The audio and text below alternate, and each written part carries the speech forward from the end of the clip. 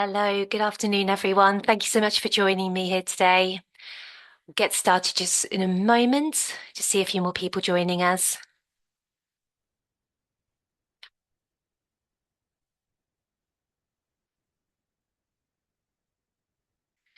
So lovely. So yes, thank you so much for coming to the session today. I'll introduce myself shortly, and I'd just like to take this opportunity to invite everybody here as well to use the chat function today to ask any questions.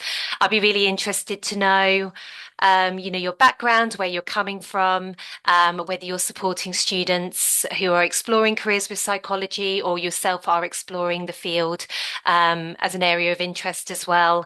And there will be time at the end of the session to ask me any questions you may have. So, my name's Kat Burnett-Wilson. I'm the careers manager at the British Psychological Society, and I am one of two members of the BPS careers team. So, just got a bit of an introduction here to us on the slide. So, my background is in career development and coaching. That's where I did my master's at the University of Warwick. I completed that master's while working in education. So I've had a range of different roles working in higher education and further education, from placement support right through to graduate transitions and development. I worked as a career consultant, and I'm currently sitting on the AGCAS Graduate Transitions Task Group as well.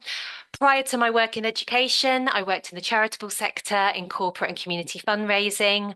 And when I'm not working, I enjoy a bit of obstacle racing. I do like to throw myself into the mud, let's put it that way.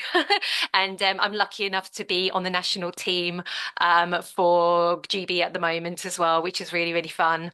And unfortunately, Harmeet couldn't join me here today, but I'm delighted to introduce my colleague, Harmeet Kaur, who's our careers officer. Harmeet is a psychology graduate herself. She did her master's in occupational psychology and used to be part of the committee as a member of the Division of Occupational Psychology. She's worked in higher education as well. She's worked across the charitable sector and also works as a freelance photographer when she's not looking after her amazing hamster bolt. So that's just a little introduction to us as a team. And today, my aim for the session today is to cover the following learning outcomes. So when I was putting the slides together today, I'm very mindful and aware that the world of psychology is vast. It can be a little bit confusing in terms of different job titles, different roles, different qualification routes. And I know I've got an hour today, so I will try and kind of keep the momentum going. So I thought I'd focus the session today on thinking about what we'd say the main career pathways are in applied psychology. So that would be what we'd call our practitioner routes, and what the qualifications are needed for those, and actually how do you advise, students or any other individual you're working with on those routes. There has been a couple of updates since I joined the BPS. I actually joined the BPS last year in August 2024, and since then there have been some changes that I'd like to talk to you through today. I also want to talk as well about other options within psychological professions, more specifically our wider psychological workforce, which are roles which you could class technically as in the kind of an apprenticeship route. So open up another world of opportunities for those that are exploring psychology as a career. And finally, I've got a collection of slides that highlights just a couple of resources that you can access freely on our website that you might find useful in your own work or for yourself personally as well. So, who are the BPS to start with? So, the British Psychological Society, we actually used to be a regulator of psychologists, but that actually stopped in 2009. That responsibility was transferred to the Health and Care Professions Council, so the HCPC, and they became the statutory regulator for practitioner psychologists. So where we do where we were previously, I guess, looking after a register of chartered psychologists, that we actually rather now remain the professional body and learned society for psychology in the UK. So we still have the authority to regulate the use of the title chartered psychologist, which marks the highest standard of expertise within the profession, but we are not the regulator anymore. But what we are is a membership organization of nearly 60,000 members, who want to be the voice of psychology and the wider psychological professions. Being a member of the BPS gives you a lot of access to different resources such as CPD opportunities, access to psychological research, and other things to enhance your career, so different tailored events. We also advocate for the profession, and I'll speak a bit more about that later. We are the forward-facing voice that really speaks to psychology and psychologists. We do a lot of work that helps to influence and develop a psychological approach to policy making and really try to put people first in that process.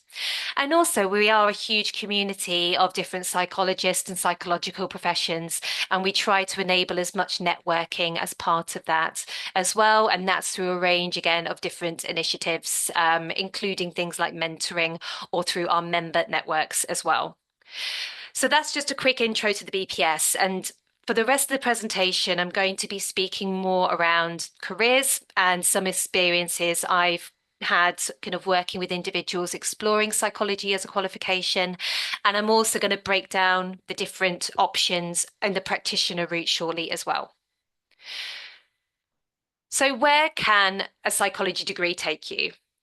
For those of you who have worked a lot with kind of within the psychological professions yourself, or have worked with students or individuals who are exploring this career as a pathway, you'll be very well aware that actually psychology as a qualification can open up a huge number of opportunities. It is an incredibly valuable qualification and is highly regarded by a lot of different organizations. And a lot of that is to do with the content that's been learnt on course. So what students are learning throughout their studies in terms of their research, the different skills and practical skills they're gaining from that, but also the curiosity, the way they think, and also the transferable skills that they're gaining throughout their studies, in work experience, extracurricular as well. But when we're looking at psychology as a profession, I've kind of broken this down into the following sections. So if somebody is looking to do a psychology qualification, it will certainly open up the door to what we call our practitioner roles. So those are our applied psychological professionals, our well-being roles, so those that support and promote mental health and well-being, associate roles, which are really aimed at supporting qualified psychologists in practice and research. Academia, of course, there's a number of psychology graduates that pursue teaching as a qualification following their undergrad, so completing their PGCE, or going into lecturing or into research as well. And then, of course, we've got psychology informed careers. So those that are applying psychological principles to fields like HR, marketing, advertising, other roles in education as well. And I think the great thing again about that psychology qualification is, you may undertake that qualification, you may explore different avenues, different careers, and then you may come back to psychology later in life.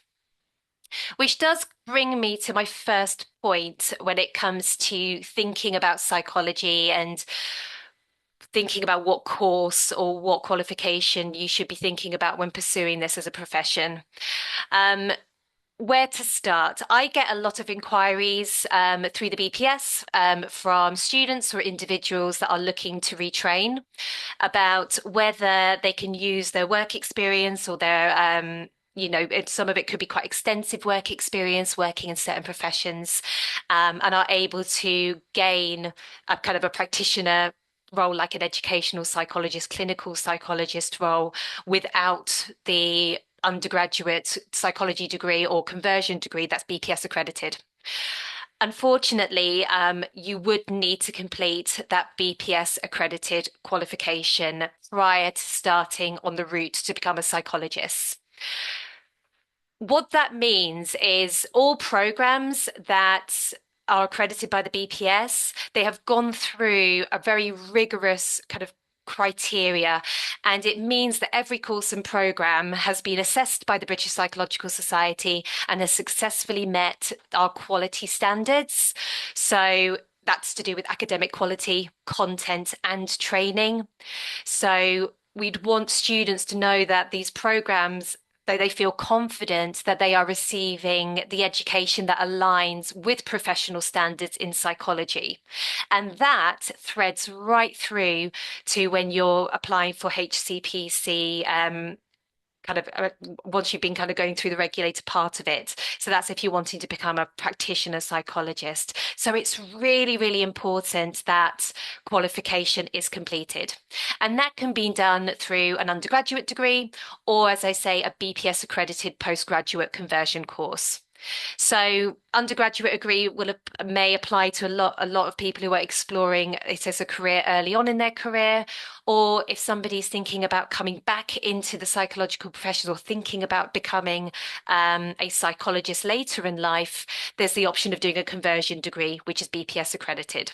And these can be flexible, full-time options are available, part-time, on-campus, blending, and distance learning as well.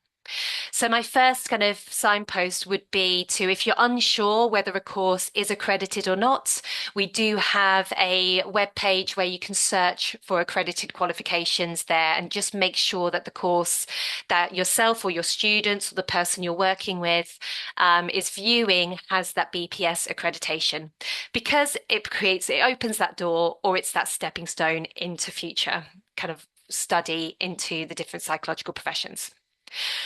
So I'm now going to move on to talk about the different qualifications. Now, I was trying to think about the best way to present this information. So I have chosen to opt for a table. It's a lot of information on the slides. I will ensure that these are shared and made available afterwards.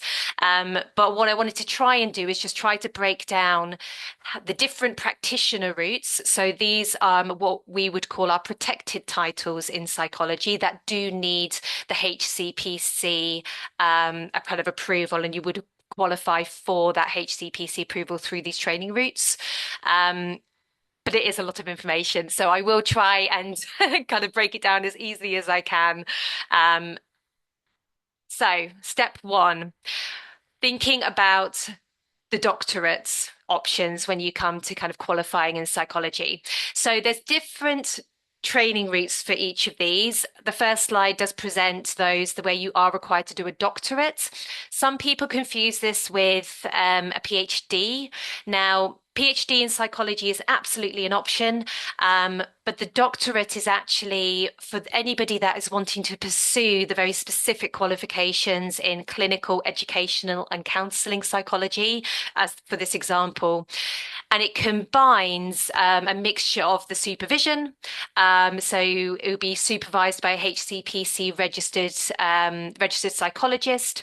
You'd be on placement through the week, but then you also have the research element as well. So there would be that requirement to do a doctoral research project and a thesis alongside taught components. So just to highlight that as a kind of differentiation between the PhD and the doctorate itself. So on this slide, I've got clinical psychology, I've got educational and counselling. So all of these routes would require you to have your undergraduate and postgraduate conversion degree, which is BPS accredited.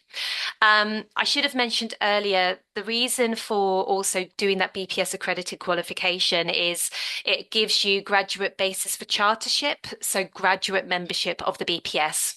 And you'll find that if your students or yourself are looking for opportunities to gain work experience in roles such as an assistant psychologist, likelihood is they'll be looking for you to have GBC, so graduate basis for chartership. And as I say, this is very much kind of opens the doors into these routes. So you'd complete your undergraduate or postgraduate conversion.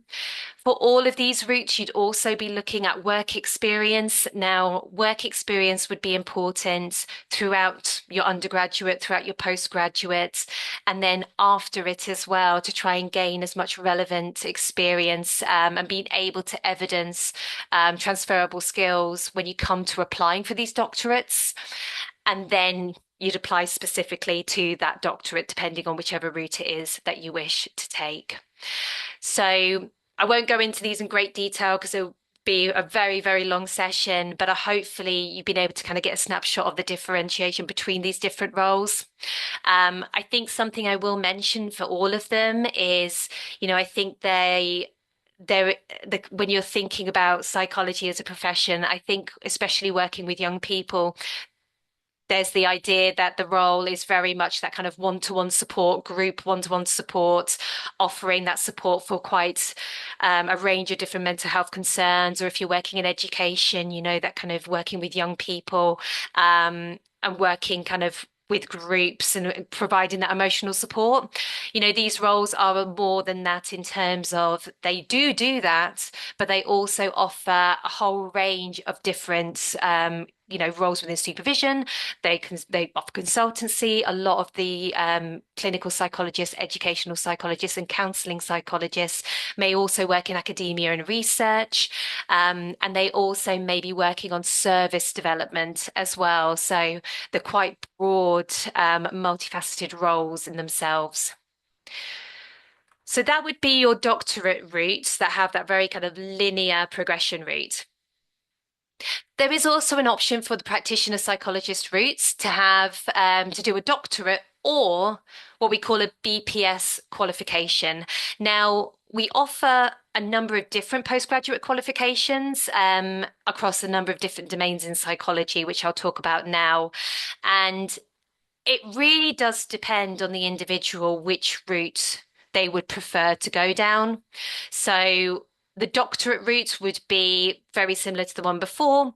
It would be that you would undertake your undergraduate or postgraduate conversion course with your work experience. It might be then that you will do your master's in that particular subject. So that would be, for example, master's in forensic psychology, master's in sport and exercise psychology, master's in health psychology. That's what we call our stage one. Then you could either progress and do a stage two, which really, in a nutshell, is basically you would be already working within an environment where you'd actually then apply for training and while you're working in this relevant setting. So you could apply to get a supervisor. They act more as an independent route and can be more flexible. So kind of when you're working while you're studying would be a good example of the stage two. Or you could pursue the professional doctorate route as well, which provides that very structured program of development. So as I say, it really depends on the individual and kind of what stage of their career they are at, what experience they already have, if they are working within an environment that would allow them to pursue that qualification instead of the doctorate. So these are the kind of two options you have for these particular roles. So we've got your forensic, your sport and exercise psychology, your health psychology, and then also occupational psychology.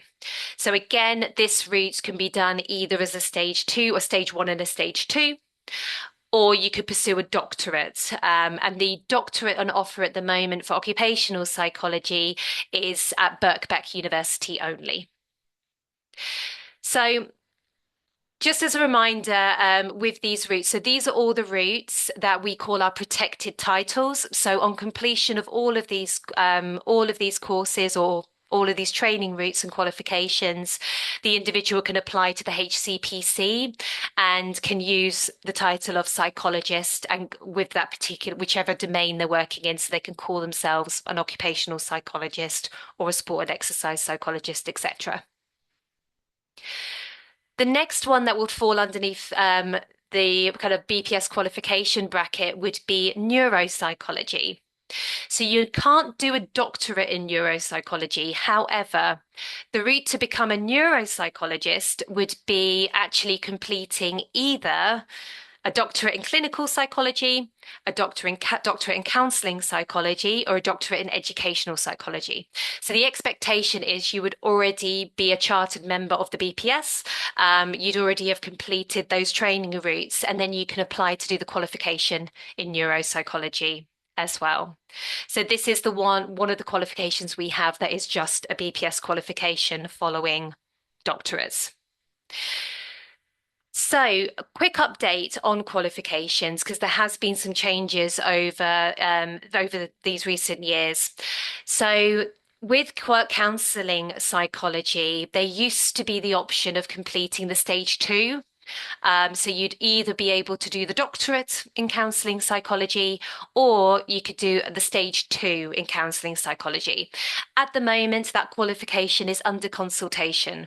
So at the moment, the only route into counselling psychology is going to be the doctorate route. What I would say though is if you are interested in exploring that as a career option or advising anyone who is exploring it as a career, is just to keep an eye on the website for the BPS, where there will be announcements to do with that particular qualification. In addition to that, we've got educational psychology in Scotland.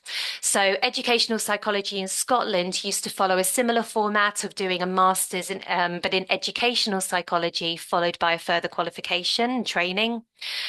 The master's is no longer in place, and they're actually introducing a new doctorate, which is currently going through BPS accreditation. So I do get asked quite a lot about that training route in Scotland for educational psychologists. And again, it is in process. It's hoping to be announced soon. The doctorate should be being run at the University of Dundee. So it's just a case of kind of keeping an eye out on those updates as they develop. But yes, that qualification does exist. It's just going through a new process at the moment. So those are our protected titles. So your clinical psychologist, your counselling psychologist, educational psychologist, forensic psychologist, neuropsychologist, occupational psychologist, and health psychologist. Of course, there are other routes that you could pursue with your psychology qualification. So, two of the ones that I wanted to mention today are, of course, academia, teaching, and research. We know a lot of psychology graduates will pursue academia. They may pursue different go into research more specifically. You might find that some of our psychologists who have qualified as clinical psychologists, counselling psychologists, etc., will also work in academia as well. But it is absolutely a route that you can take with your qualification. Although neither of these roles on the screen are considered kind of protected titles. What you can do with these qualifications or with these routes is apply for chartered membership of the BPS.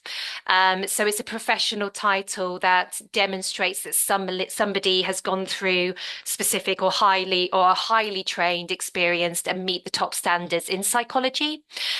So that would mean you'd have quite a lot of years of study and supervised practice. And also, this then opens up a number of different doors in terms of career development as well in the future. So, the academic and teaching and research route does vary. You would, of course, again need to have that BPS accredited undergraduate degree and postgraduate or postgraduate conversion, sorry. Have some work experience behind you in terms of maybe as a research assistant. Pursue your PhD in psychology or postdoctoral research. You also find that you might be teaching as well as doing your PhD as well. It really depends on what opportunities that you're pursuing and where your areas of interest are. As well, there is the teaching route too. As I mentioned earlier, a number of people will go and train and do their PGCE following their psychology qualification and then work as a teacher in different environments as well. Again, absolutely a well-established route, and again, a route that you could do and actually become chartered with as well. One of the newer areas, I believe, of these last couple of years that has come into development is coaching psychology. So, coaching psychology it's a role that I say has existed, but what the BPS are doing at the moment is trying to make it more of a a role which somebody could actually use to kind of get that chartered membership of the BPS to be recognized as a coaching psychologist. And it's because coaching psychology really aims to provide that kind of evidence-based psychological principles to really help enhance well-being and life experience and performance of individuals. And there's actually quite a few ways you can kind of get into this career. So there are actually masters now where you can undertake your coaching psychology masters. And then at the moment, the current route would be to complete what we call a coaching psychology professional recognition route. So a lot of information about it is on our website. It's quite long to go into here today, but certainly as a route, it'd be worth exploring for anybody that has a coaching background who would like to kind of pursue this as an avenue. I have students also approach me about this route, and the advice I give them is to really think about what work experience that they can get at this time that allows them to develop the skills that a coach may need. So, communication, your active listening skills, working within environments where you're offering that kind of coaching support. And all of that can build towards a portfolio to then actually apply for the PRR in the future. So, going to move on now. I've got more tables, I'm afraid, but I promise it won't be tables for too much longer. Covered there the kind of practitioner psychologist routes, and then two other routes that provide that chartership with the BPS. So, as you can see, those routes do require you to have that degree. They do require you to have undertaken a range of different work experience. But there are other routes that students can explore that they may not be necessarily as aware of compared to these roles. And these are roles within our wider psychological workforce. So the first one to introduce you to or to make you aware of is one called psychological wellbeing practitioners. So these roles are basically trained to assess and support people that are experiencing kind of common mental health difficulties. So primarily things like anxiety and depression, and help individuals manage their own recovery through low intensity evidence-based interventions. So to become a PWP, you don't necessarily need a degree to enter the profession. There are a range of different routes you can go down. So you could either go and, well, if you have the degree, you could complete the postgraduate certificate. But if you don't have the degree, you can apply for a graduate certificate. All of these roles are through the NHS website. So you would actually apply as a trainee psychological wellbeing practitioner through the NHS. If you were applying for those roles are funded by the NHS. And so this is what I mean. They kind of act like an apprenticeship would, or maybe a graduate scheme. So you would be working and training throughout the programme. And then after qualifying, you would then register with the BPS, or you can register with the BABCP and join the wider psychological workforce register. And following that, you then get regular supervision that supports the ongoing development. What makes this role really interesting, I think, and actually all of the roles I'm about to introduce you to, is they actually are really nice careers in their own right. They have their own kind of progression. Some of them are relatively new, so the kind of career directions of them are still kind of being discovered. But certainly with things like the psychological wellbeing practitioner role, those roles going into more kind of supervisory roles or management roles in the future. As well, they do act as excellent stepping stones for anybody that's interested in applying to become a practitioner psychologist down the doctorate route or the other qualification routes. So somebody maybe who's doing psychological wellbeing practitioner may want to pursue counselling psychology or clinical psychology in the future and use this experience as evidence of relevant work experience to help them get onto those doctorate programs. Because these roles provide that supervised practice, that's really essential when you're thinking about applying for doctorates within these fields. So the psychological wellbeing practitioner is a really good example of a role that could be somebody's endpoint career or a stepping stone into more managerial roles or more supervisionary roles, or pursuing a doctorate in the future as well.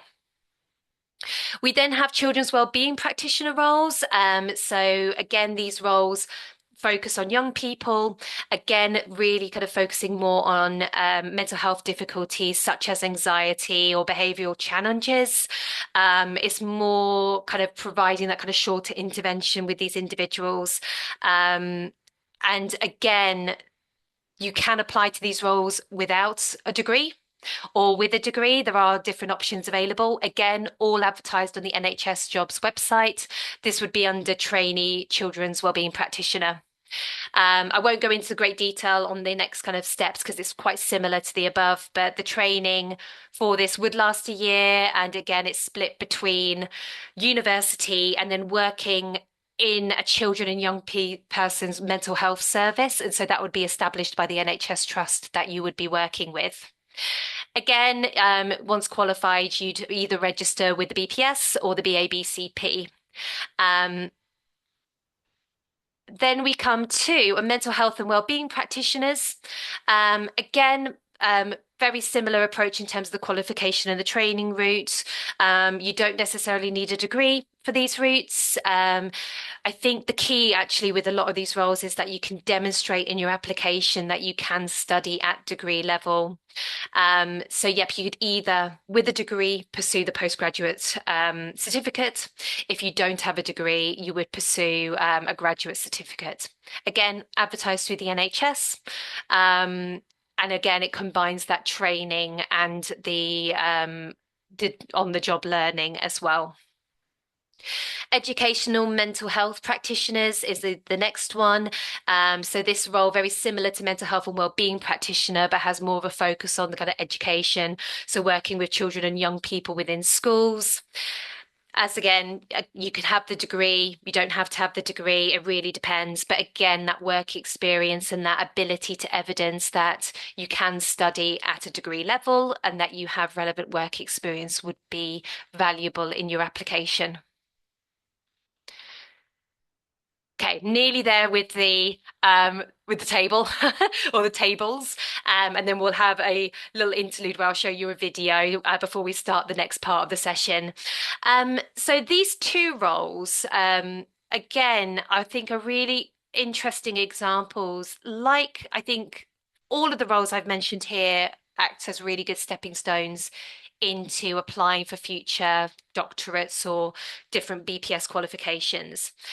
These roles in particular are really popular for any student or individual that is thinking they want to do clinical psychology because these roles work specifically with clinical psychologists and they will get the supervised practice that really gives them some really good experience to talk about in their future application for their doctorate. So the difference here with the clinical compared to the other qualifications would be that you do need to have a degree. So you would need to have your degree, which is BPS accredited. So that would be undergraduate or postgraduate conversion course, and then some relevant experience, either paid or voluntary, that's working across health, mental health, and psychological services. So we have our clinical associate role or our CAP, which is equivalent of a level 7 apprenticeship. We also have the clinical associates in applied psychology. So this is the role that's available in Scotland. So this route is slightly different to the CAP, where you would go through very specific training within universities, which I've listed here. Just to flag at this point as well, so these roles, they do or not precisely these roles, but similar roles do exist as well across Wales and Northern Ireland. They might be called something slightly different, and it would be a case of looking very specifically at kind of different websites to kind of determine what the roles are.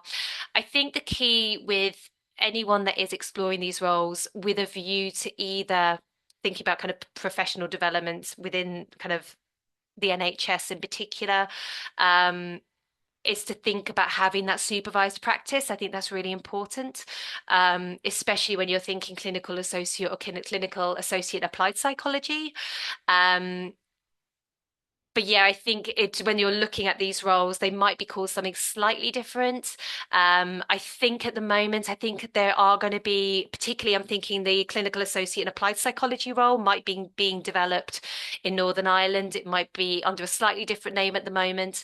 But again, this is something I'd say just to keep an eye on the website for the BPS to kind of learn exactly, what those developments are. Okay, I'm going to move on now by showing you a very short video before I talk about how you can access different resources with the BPS. I'm very mindful of the time, so I will show this video very quickly and then kind of jump into things that we're working on at the BPS and how we can support you in your roles working with students or for your own professional development as well. Okay.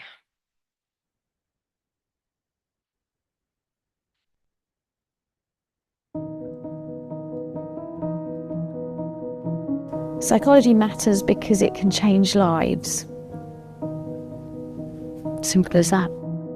I think psychology matters because it's transformative. Gives people meaning and purpose in their lives. We are working from a research evidence-based practice to help people flourish and perform at their best. Psychology is key, whether we do that in a formal way or we just grow our understanding of ourselves and each other. Psychology has the power to change lives, change families, and change nations.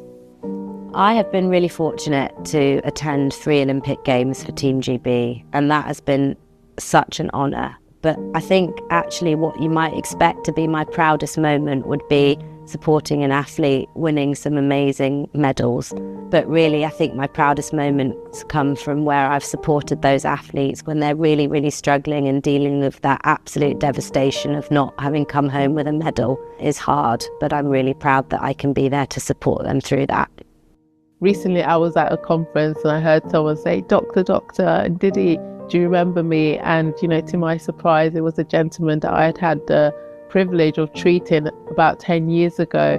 And he had had a stroke and he didn't know what he was going to do with his life. But here he was working at the conference as a director for a charity. And it was so pleasing to me to see him in his new role, finding purpose. And that was just wonderful.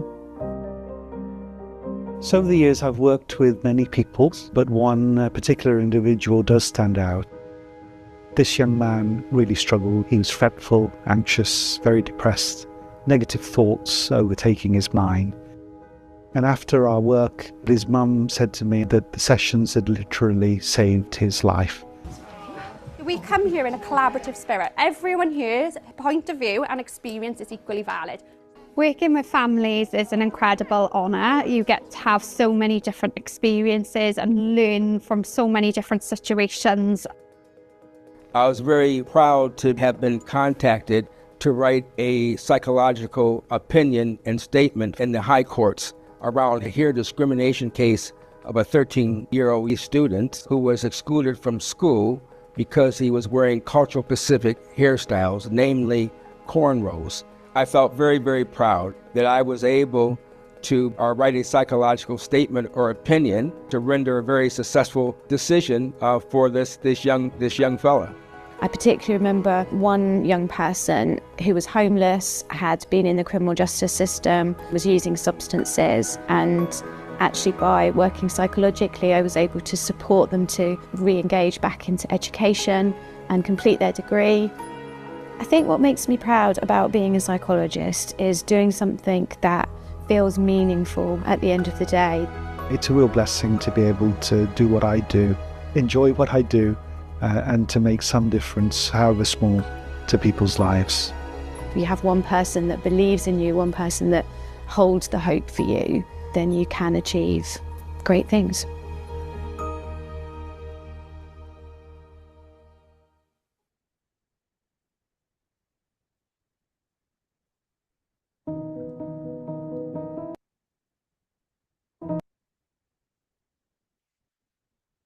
So I wanted to share that with you today because that's one of our new or brand new videos we've just recently released on our Psychology Matters campaign. And it's just one of the resources that we'd like to make more available to anybody that is interested in psychology as a profession, or who's working with individuals who are exploring psychology or the wider psychological workforce as a potential career option. So our Psychology Matters campaign has a variety of different work streams. The one that I'm really supporting at the moment is what we're calling our careers work stream. So we are developing lots of different resources, including different career videos with different psychologists to speak about how they got into their career, and any top tips that they'd give anybody who's interested in the profession. So those will be launched over the next few months. You can access a number of them already on our BPS YouTube channel. And this is just one example of some of the work that we're doing with our members to really showcase the power of psychology within society. I'm just going to take some time now just to talk about other things that we can offer anyone interested in psychology or exploring the BPS in more detail. And all of these are either accessible on our website, or you can certainly kind of access them through either becoming a member of the society or through other means as well. So the careers team, we do have a range of different careers resources that I'll show you shortly. We have online versions, but we do also have print versions that we can send to you if you have an event, an open day, or you're doing a particular talk around careers. If you would like some resources for your events, you can contact us for those. I've mentioned Psychology Matters workstream. I'm working on updating our careers website at the moment to really showcase the variety of roles that are available within the psychological professions. So if you are working with students or individuals interested in psychology, you can direct them to the BPS website, and there will be up-to-date information, including a breakdown of different examples of work experience as well. I think work experience is one of the things I get asked about probably the most in my role, in terms aside from the different qualification routes. And what I'm trying to do with the website is to kind of talk about different options that students or individuals can explore, and essentially what are the skills that are really important for these specific roles. So by next year, hopefully you'll be able to signpost people to those.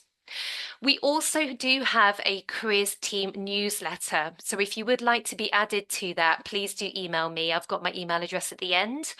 Here we'll send you updates on different developments. So that could be updates on qualifications. It could be events that we're running, free events you can offer to your students or for your own professional development that you can access. And again, it's free to join, free to access. We'll just ask you to create an account with the BPS on the portal, but it doesn't necessarily need to be a membership. It's a free thing you can access.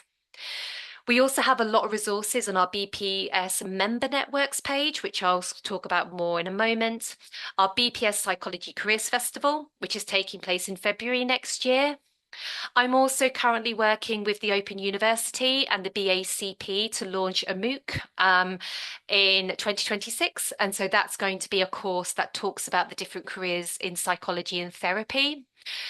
We also have a partnership with Unifrog as well. So we have two profiles on Unifrog, one that speaks about the BPS and the practitioner roles, another that speaks about the wider psychological workforce. So if you are working in a school or college that has access to Unifrog, we do have our profiles on there, and hoping to continue that relationship for a foreseeable future. I also do have slide decks available. I'm still developing some of them that I would like to make available to schools, colleges, and universities to use for different events. Again, hopefully they'll be made available by early next year. So if you are interested in those as well, please do reach out to me, and I can ensure you're added to the list when we disseminate that information. We also have a student ambassador program and a student committee that I'll speak about in a second as well. But these are just some examples of the projects and resources that you can access, and the individuals you can access as well with the BPS. So the first thing just to point out is our psychology careers booklet.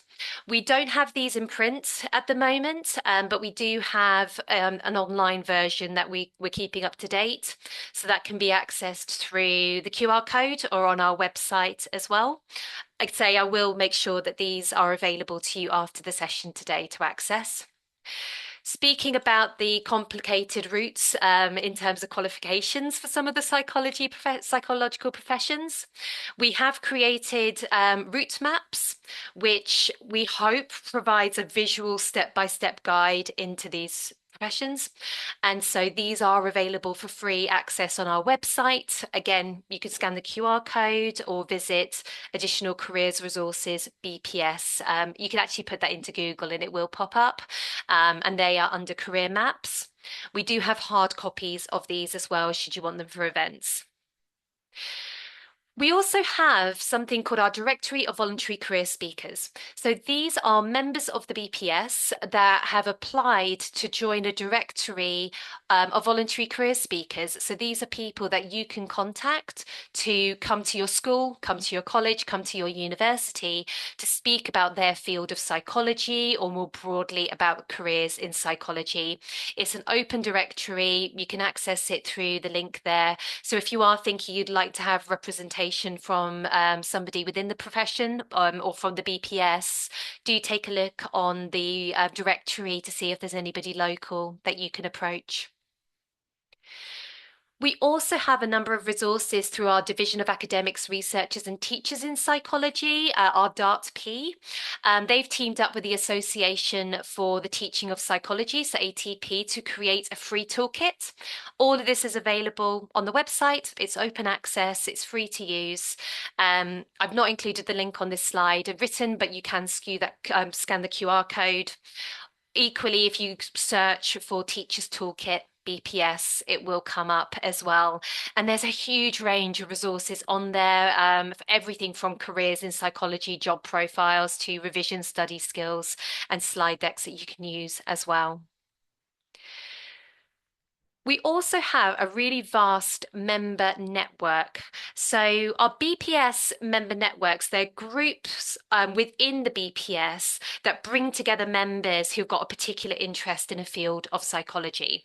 So we have our divisions. So these are our kind of practitioner roles. So we've got our division of clinical psychology, division of educational, etc. And then, of course, we have our DART-P as evidenced just in the slide before. From these, we also have faculties. So these are kind of different areas of psychology that form kind of come from underneath the divisions. So, for example, we have a faculty for addictions. We also have sections. So these are more specialist areas of psychology. So things like cyber psychology. We've got environmental psychology section, which is quite new as well. And then we've also got special interest groups. So a number of these, you can join them as a member of the BPS. Or if you look on their pages on the BPS website, they have a lot of different open access resources you can use as well. Just want to show as well, or signpost you to the qualifications page on the website. So I know I spoke about that earlier. It can be confusing. We do have a page dedicated to BPS qualifications. So if you are thinking about those for yourself or thinking about supporting somebody who's exploring those as options, you can direct them to the qualifications page.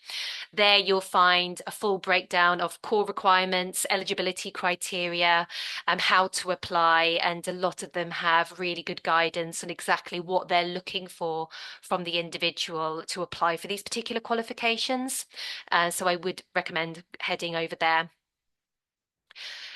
I just also want to shine a light on our incredible student ambassadors. So we have about 300 or just under 300 student ambassadors now across universities in the UK and overseas, all completing BPS accredited programs.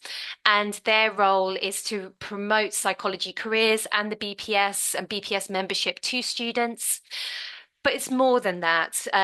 We know how important, creating that sense of belonging and community is amongst students. And so our student ambassadors really take a lead on that. And we support them by providing them with professional development opportunities. We will support them in terms of presentation skills. They get access to a number of networking opportunities. And also a lot of our student ambassadors do end up progressing into either postgraduate study or into kind of roles related to psychological professions and join our committees as well and become leaders within the BPS through our member networks as well. So if you would like to find out more about them and their objectives, you can find that information via the QR code as well. We also have our Psychology Careers Festival coming up. So that's going to be in February next year. The festival is a week-long festival. I say a week long, it's 5 days, a working week. 5 days where we will have a day dedicated to the wider psychological workforce and then a day dedicated to research. It's a really fantastic celebration of all things psychology. The nice thing with the festival is you do need to register for the festival. But your ticket will give you access to the live events, but then also for 12 weeks access to on-demand recordings for the festival. So if you can't attend the live event, you can watch the sessions afterwards. We have a member rate, we have a non-member rate, but then we also have a student flat rate. So any student can access the festival for under £5 or just over £5. But we are also running promotional deals as well. And just 2 more slides, I believe, before I'd be very happy to answer any questions. It's just to highlight that there are options as well for membership if you are interested in accessing additional information. We, of course, have our kind of chartered, our graduate membership, our student memberships. So these tend to be memberships that are open to anybody with a psychology qualification that's BPS accredited. But we also have an affiliate membership and an e-subscriber membership. So it's really for anybody that doesn't necessarily qualify for the other grades. So it could be that you're not a psychologist, or you've not undertaken a psychology qualification, but you have an interest in psychology and how it's applied to business, or you would just want to keep up to date with different bits of information around kind of psychology and what the BPS are doing. So just to highlight that, and we do have the membership, I've got the membership link on the page there as well. We are also running a deal at the moment for students. So the first year of student membership is always free for student members. If anybody has been a student member, they can actually rejoin at the moment for free. And they also will get 25% off their ticket for the Psychology Careers Festival as well. So just wanted to highlight that to anybody who works with students in universities, that if they join with the BPS, they get their 3-year membership, and then they'll also get a discount on the festival as well. Thank you so much for listening to me today. I really appreciate your time and for joining me. I've put my email address on the screen.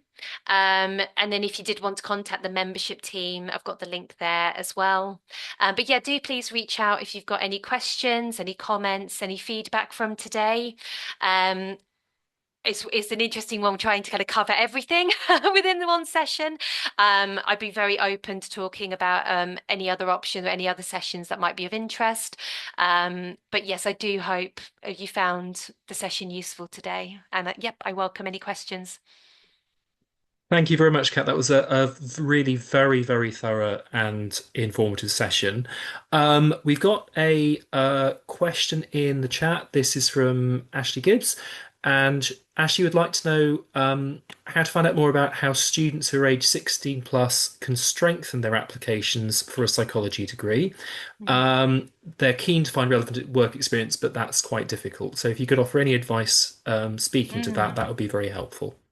Absolutely. So anybody that's thinking about applying to university to do psychology, I do get asked a lot. I'll touch on the work experience part very briefly. I do get a lot of inquiries who are from students within that age group who are looking to get kind of a week or 2 weeks worth of work experience, and we'll contact the BPS to see if we can support with that. It's a tricky one because, of course, kind of opening up kind of work experience with psychologists. There's a number of kind of confidentiality challenges there, and DBS checks that might be needed. So what I always recommend is thinking about any environment where you might find psychologists would be working. So it could be working within kind of a hospital setting or a GP setting, working within a school as well to gain some work experience. But I think as well, it's really important to think about the skills that psychologists would use frequently. So any experience that they can get where they're developing their communication skills, maybe volunteering, working with young people, maybe within kind of individuals with learning disabilities, anything like that would certainly strengthen an application for university. I'd also suggest as well, there's loads of different free courses that students can access on, Open Learn, on Future Learn as well, around very specific kind of parts of psychology.